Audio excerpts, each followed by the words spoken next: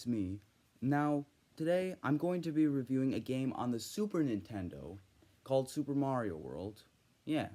Now, Super Mario World, in my opinion, is probably one of the most memorable games of the 16-bit era. Today, we're going to see if its great graphics, fast action, and fun gameplay still hold up to this day. Now, this game is pretty fun. I really love it, but there are a few flaws that can sometimes hold it back, while some are just minor. First off is Mario's movement. Like, it's a little slippery. Like, when you're doing platforming, Mario just won't stop moving and you can sometimes fall off. Trying to do some hard platforming jumps while struggling to control a game can be really hard and annoying sometimes. Another thing that I want to complain about is Yoshi's story. Like, he says that Bowser trapped him in an egg, but like, why would he put him in a lucky box where Mario can just hit the lucky box and get it? Like, does that make any sense? You think like an evil genius like Bowser would do something smart. Like, why can't he just put Yoshi inside a cage like he did with Princess Peach? But instead, he did not do that. He instead put him in an egg and then put him in a lucky box where Mario can just get it and ride Yoshi all around the level. Like, it just doesn't make sense to me. Like, why does Bowser do that? Plus, there are barely any power-ups. There are only 4. Like, come on. Super Mario Bros. 3 had 12 power-ups and that game came out before. So if that game had that many power-ups, then why not this one? Now that we got all that out of the way, let's play some Super Mario World.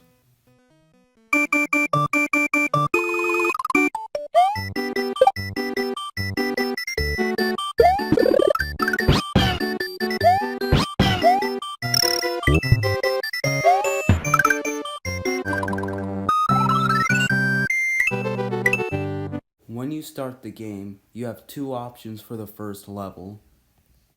If you complete the level on the left, you will have access to the Yellow Switch Palace. When you get into that level, there's this P-switch that gives you a bunch of coins. When you collect about like 500 coins, you would get 5 1-ups, and then you activate the yellow switch, and then the levels in World 1 get a little easier. But if you want to select the level on the right, then that's when the World 1 levels are a tiny bit harder, but not by much. Like, it's only if you want progression, right? The rest of World 1's levels aren't really that hard, and there's not really that much to talk about. World 1's castle is the first castle level, and FYI, every world has a castle level at the end, and World 1's castle level is pretty easy. And then, at the end of the level, you fight Iggy. Iggy's pretty easy if you know how to beat him. You just gotta step on him or throw fireballs, which will knock him into the lava. World 1 complete. Next up is World 2. Oh, and by the way, at the end of each world, you get a funny cutscene of Mario destroying the castle. It can be pretty funny, like, it can be pretty cartoony. I really like this feature, and it's pretty cool to see it in an old video game. The first level of World 2 is the level that introduces the Cape Feather. What do you do with this power-up? Well, when you run at max speed with Mario, you can fly up in the air. And also, you can float with this, and you can do a pretty good spin jump. I really like this power-up. It's probably one of my favorites in the Mario universe. There's also a water level in this world. And the water levels in this game aren't really bad. Like, they're pretty relaxing. Like, in a normal video game, they are nerve-wracking and super hard. But in this game, they're pretty good. I like them. And then we get to our first ghost house level. Uh-oh. I really hate the ghost house levels in this game because the level design is like this. Like, I cannot tell where I'm supposed to go. It just feels like you're going in the same place, just looping around and stuff. Like, I get stuck on these levels so much. If you have a manual or have a video online, use it because these levels are super confusing without those. And there's this forest platforming level, and this level is super fun. I love platforming, and Mario's slippery controls aren't really that much of a big deal in this level. Platforming is pretty fun, and the music is kick-ass.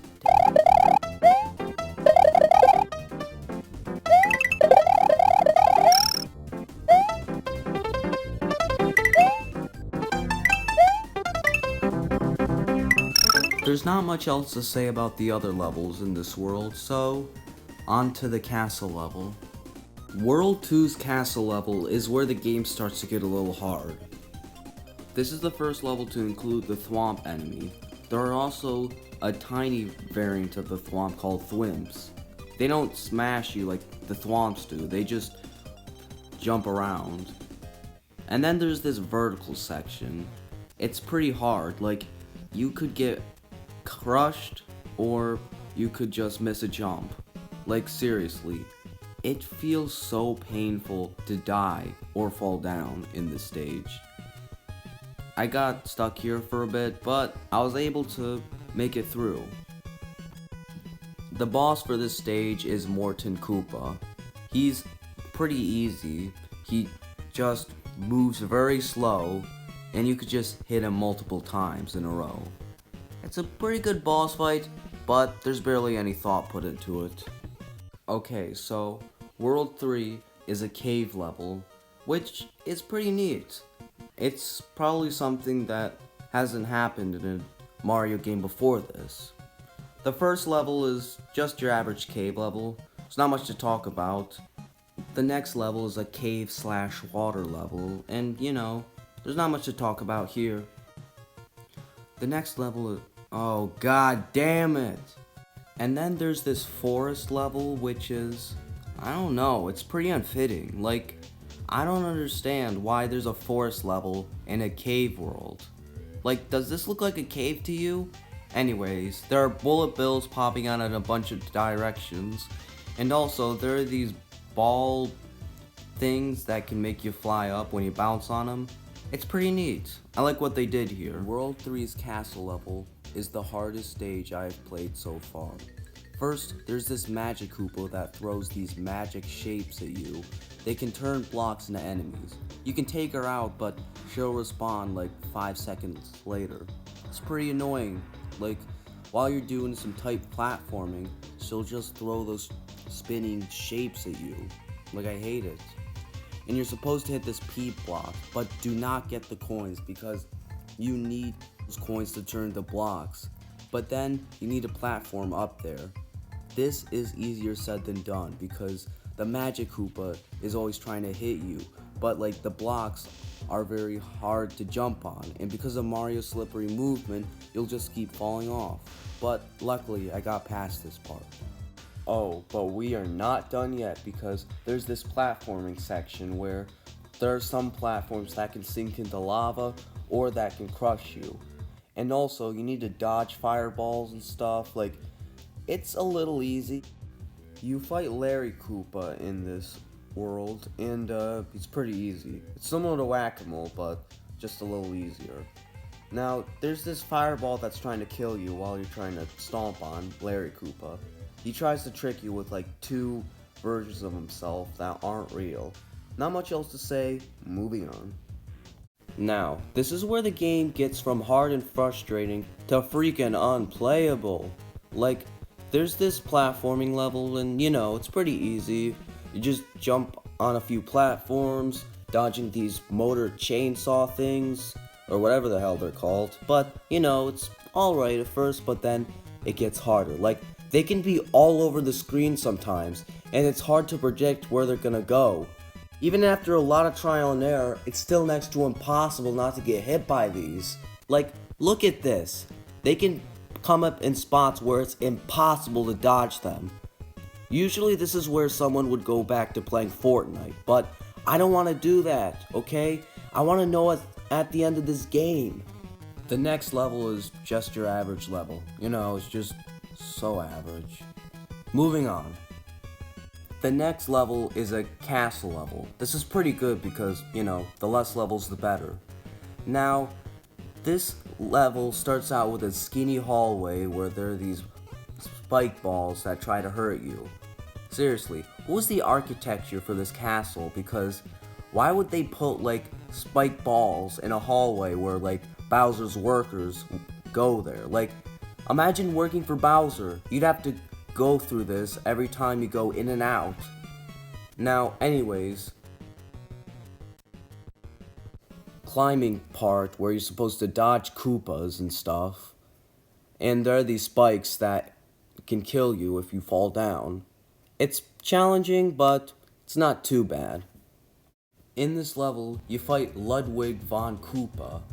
He shoots these fireballs at you and he goes into the shell and stuff. You're supposed to jump on him 3 times. He also like jumps towards you and stuff, but he's pretty easy if you know what his patterns are. Next is the Forest of Illusions. This is my least favorite world because you're supposed to go through secret exits to get through this world. Like, I just hate it. Like, I don't like looking for secrets. I just want it to be like you versus the game, but I don't want you to look for stuff. If you have level maps like I have been using, then this world is pretty easy. Like, the difficulty isn't too bad. In fact, I beat it with almost no trouble. The castle level is the level that I had the most trouble on. There's this giant log that tries to crush you, the spiky wheels try to kill you and stuff, and you're supposed to dodge fireballs and stuff. Like, do you see this triangle block? You're supposed to run up it, but you can't do that because the spiky wheels try to kill you. Like, it's almost impossible to do this. The boss for this stage are these 3 dinosaurs named Reznor. You just hit the platform that they're under and they'll be gone in like 3 seconds. I accidentally took secret exits in this world and I went to the Superstar Road. This gave me an idea because when I made this video, I learned that there was a way where you can access Bowser's castle early game.